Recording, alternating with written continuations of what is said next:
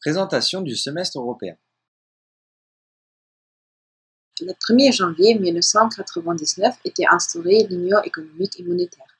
Cette union instituait un espace unifié à la fois par des taux de change fixes et communs aux 11 États signataires et par une monnaie unique. Un tel espace présente des avantages évidents. En effet, il pose des conditions favorables aux échanges commerciaux grâce à l'abaissement des coûts de change, et il crée un contexte économique attractif pour les capitaux étrangers. Cependant, il implique également un certain nombre de risques pour les économies des États membres. L'Union économique et monétaire, en introduisant une interdépendance économique accrue entre les États, augmente également les possibilités de contagion dès lors qu'un État se trouve confronté à des difficultés économiques. Bien conscient de ces lacunes, le nouveau mot d'ordre alors était coordination. Ces besoins de coordination avaient été déjà anticipés avant même l'instauration de l'Union économique et monétaire, durant sa phase préparatoire. Pour preuve, le traité de Maastricht de 1992 instituait déjà des critères budgétaires à respecter pour les États membres, à savoir le seuil de 60% du PIB pour la dette publique et celui de 3% du PIB pour les déficits publics à ne pas dépasser. Cette anticipation se lit également au travers du Pacte de stabilité et de croissance de 1997, puisqu'il prolonge l'effort de réduction des déficits publics engagé par le traité de Maastricht en vue de l'adhésion à l'Union économique et monétaire. C'est donc très tôt que la Commission a initié une surveillance des politiques budgétaires, puisque les procédures de surveillance multilatérale et de déficit excessif étaient déjà formulées dans ce pacte. Jusqu'en 2011, le périmètre des contrôles était toutefois restreint à l'examen des niveaux de dette et de déficit des États. Ces dispositifs se sont rapidement révélés insuffisants et ne sont pas parvenus ni à prévenir ni à contenir les effets de la crise financière de 2008. C'est dans ce contexte que le besoin d'une nouvelle gouvernance économique s'est fait sentir. Les acteurs se sont alors attelés à l'élaboration de nouveaux instruments de surveillance, élargissant le périmètre de contrôle aux politiques socio-économiques et macroéconomiques. Ce tournant politique, loin d'être prompt, a au contraire été le fruit d'un processus long et incrémental, donnant lieu à la rédaction d'un grand nombre de textes législatifs et d'engagements politiques divers. Pour incarner cette volonté politique, les acteurs de la nouvelle gouvernance économique ont élaboré la procédure du semestre européen. Il est important de noter que cette procédure ne s'applique pas aux États membres se trouvant dans une situation économique critique. Ces derniers se trouvent sous la surveillance de la Troïka, composée de la Commission européenne, de la Banque centrale européenne et du Fonds monétaire international. Avec cette procédure calendaire est instauré un système de surveillance largement accru. La coordination que cherche à instaurer la procédure entre chaque État membre pose les politiques budgétaires et leur stabilisation comme cœur de cible. Mais pour que cet équilibre budgétaire visé puisse être atteint, le processus de coordination a dû être élargi à d'autres pans de politique économique, d'où une intervention au niveau des politiques macroéconomiques et socio-économiques. Ainsi, ces trois dimensions sont articulées tout au long de la procédure semestrielle. Cependant, il faut tout de même considérer qu'il n'y a pas de séparation stricte dans leur gestion et qu'au vu des objectifs visés par le semestre européen, elles sont au contraire constamment corrélées. Avant de rentrer dans le détail de la procédure du semestre européen, il convient de présenter les bases juridiques sur lesquelles elle repose. Chacune des politiques présentées à l'instant possède une base juridique explicite. Les politiques budgétaires se basent notamment sur l'article 121 du traité sur le fonctionnement de l'Union européenne, appelé TFUE, qui traite de la coordination des politiques économiques des États membres et des procédures qui s'y appliquent. Les bases de droit dérivé reposent sur deux règlements. Le règlement 1466/97 est un élément du pacte de stabilité et de croissance qui vise au renforcement de la surveillance des positions budgétaires. Il a été amendé par le règlement 1175 de 2011 et est ainsi devenu un élément constitutif du six-pack. Celui-ci est un paquet législatif composé de 6 directives et règlements visant à faire appliquer le semestre européen en renforçant le rôle de la Commission. La seconde base de droit dérivé est le règlement 473-2013. et fait, elle aussi, partie du TUPEC, un autre paquet législatif adopté dans le cadre du semestre européen. Il vise à renforcer les procédures de contrôle dans les phases préventives et correctives. Passons maintenant à la définition législative des politiques macroéconomiques. La coordination de ces politiques s'appuie également sur l'article 121 du traité sur le fonctionnement de l'Union européenne ainsi que sur 2 règlements du Six-Pack. Enfin, pour ce qui est des politiques socio-économiques, elles sont formalisées par un corpus de textes juridiques et politiques. L'article 148 prévoit l'adoption par le Conseil européen de grandes orientations politiques et économiques. Nous en parlerons plus tard. Au niveau de l'Union européenne, la stratégie Europe 2020 est un plan à long terme. Elle vise d'une part à assurer une croissance intelligente, durable et inclusive, et d'autre part à favoriser l'emploi. Parmi les 5 grands objectifs autour desquels elle s'organise, ceux qui sont directement visés par le semestre européen sont surtout relatifs à l'emploi et à la croissance. Chaque État membre est ensuite tenu de donner à ces objectifs une continuité au niveau national grâce à l'élaboration d'un plan national de réforme leur étant conforme. Au niveau intergouvernemental, plusieurs engagements politiques ont été pris. Il y a le traité sur la stabilité, la coordination et la gouvernance, abrégé TSCG. Au niveau communautaire, l'article 121 TFUE, qui lui a une valeur juridique, oblige les États membres à coordonner leurs politiques. Le pacte Euro Plus et le pacte pour la croissance et l'emploi, quant à eux, ne sont institutionnalisés que du fait de leur haut degré de politisation. Quel que soit leur statut, ces textes ouvrent la voie à une intégration plus poussée des politiques socio-économiques et se concentrent sur la consécration de principes et de méthodes tels que la viabilité des finances publiques et la systématisation d'une coordination de type ex ante. On voit ainsi que la coordination des politiques socio-économiques dans le cadre du semestre européen a une faible dimension contraignante et qu'elle est surtout l'occasion pour les États membres d'afficher une volonté politique favorable au processus d'intégration économique et monétaire dans l'Union européenne. Revenons maintenant au déroulement procédural du semestre européen. Voici un schéma rendant compte de l'ensemble de la procédure. Vue comme cela, elle paraît complexe. Nous ne vous cachons pas qu'elle l'est parfois un peu. Ne vous inquiétez pas, nous prendrons le temps de revenir sur chaque étape. Comme vous pouvez le voir, il commence en novembre de l'année N-2 et se termine en décembre de l'année N-1. Il dure donc 14 mois. On parle d'année N-1 et N-2, considérant que l'année N désigne l'année de mise en œuvre des budgets nationaux. Regardez ensuite la partie inférieure, en dehors de la frise chronologique. Il s'agit du volet correctif, nous en parlerons à la fin. La procédure du semestre européen débute à l'automne de l'année N-2, lorsque la Commission européenne procède à l'analyse de la situation économique et budgétaire de chaque État membre. Étant mis en place avant même le vote des budgets nationaux, on considère qu'il s'agit d'un mécanisme préventif. Au mois de novembre de l'année N-2, c'est-à-dire 2 ans avant l'année d'application des budgets nationaux, la Commission publie l'examen annuel de la croissance et le rapport sur le mécanisme d'alerte. Le premier s'inscrit dans le cadre des politiques budgétaires et des politiques structurelles. Le second concerne les politiques macroéconomiques. Les deux constituent la base de ce que nous appellerons le temps de l'analyse. Cette analyse de la situation économique des pays, menée par les institutions, aboutira au document analytique unique de la Commission européenne. Dans un objectif prospectif, l'examen annuel de la croissance dresse le bilan de la situation économique et budgétaire de l'année N-2. Sur cette base, la Commission européenne établit des priorités générales au niveau de l'Union européenne. Les États membres sont invités à en tenir compte dans l'élaboration de leur politique économique pour l'année N. L'examen annuel de la croissance donne lieu à un échange analytique entre le Conseil de l'UE, le Parlement européen, et le Conseil européen. Nous allons vous le présenter.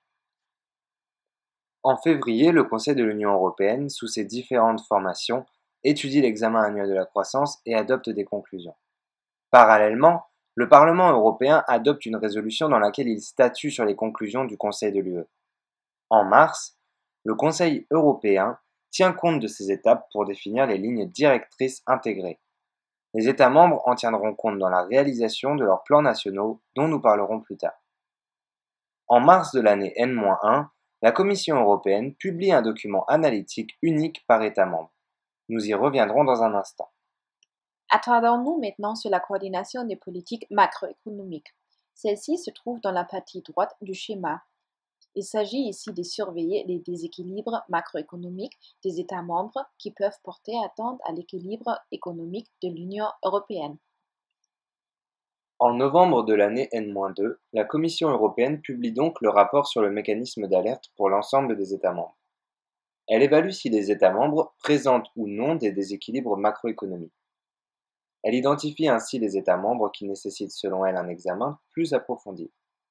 La Commission européenne dispose d'un certain pouvoir discrétionnaire puisqu'elle peut tenir compte des caractéristiques structurelles des pays concernés. La Commission européenne mène cette évaluation à l'aide d'un tableau de bord qui comprend des indicateurs internes et externes. Les indicateurs internes relèvent de l'économie intérieure d'un pays, comme par exemple les prix d'immobilier. Les indicateurs externes relèvent de l'intégration de l'économie d'un pays dans l'économie mondiale, comme par exemple la balance des opérations courantes. Tous les indicateurs sont associés à des seuils d'alerte. Ainsi, lorsqu'un indicateur atteint son seuil d'alerte, on parle alors de déséquilibre macroéconomique. Il est important de noter que les seuils d'alerte pour les membres de la zone euro sont plus stricts que pour ceux des autres États membres de l'Union européenne. Par ailleurs, retenez que ces éléments quantitatifs sont examinés dans un cadre plus large, prenant en compte des éléments structurels par exemple, ce qui ajoute une dimension qualitative à cet examen. Rappelons que le rapport sur le mécanisme d'alerte, au même titre que l'examen annuel de la croissance, constitue la base du temps de l'analyse menée par les institutions. En mars de l'année N-1, la Commission européenne publie un document analytique unique par État membre. Ces documents présentent l'évaluation économique qu'elle a menée tout au long du temps de l'analyse.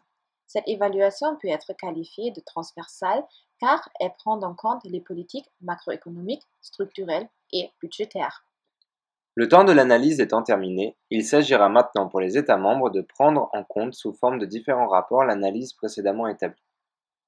Ainsi, en avril de l'année N-1, les États membres publient deux rapports. Un plan national de réforme concernant les politiques socio-économiques et un programme de stabilité ou de convergence concernant les politiques budgétaires. Pour la politique socio-économique, chaque État membre présente son plan national de réforme. Ce document tient compte des éléments apportés précédemment par les trois institutions européennes. De plus, il s'inscrit dans la stratégie Europe 2020 en répondant expressément aux objectifs posés par celui-ci. Concernant la politique budgétaire, les États membres hors zone euro présentent un programme de convergence. Ceux de la zone euro, quant à eux, présentent un programme de stabilité.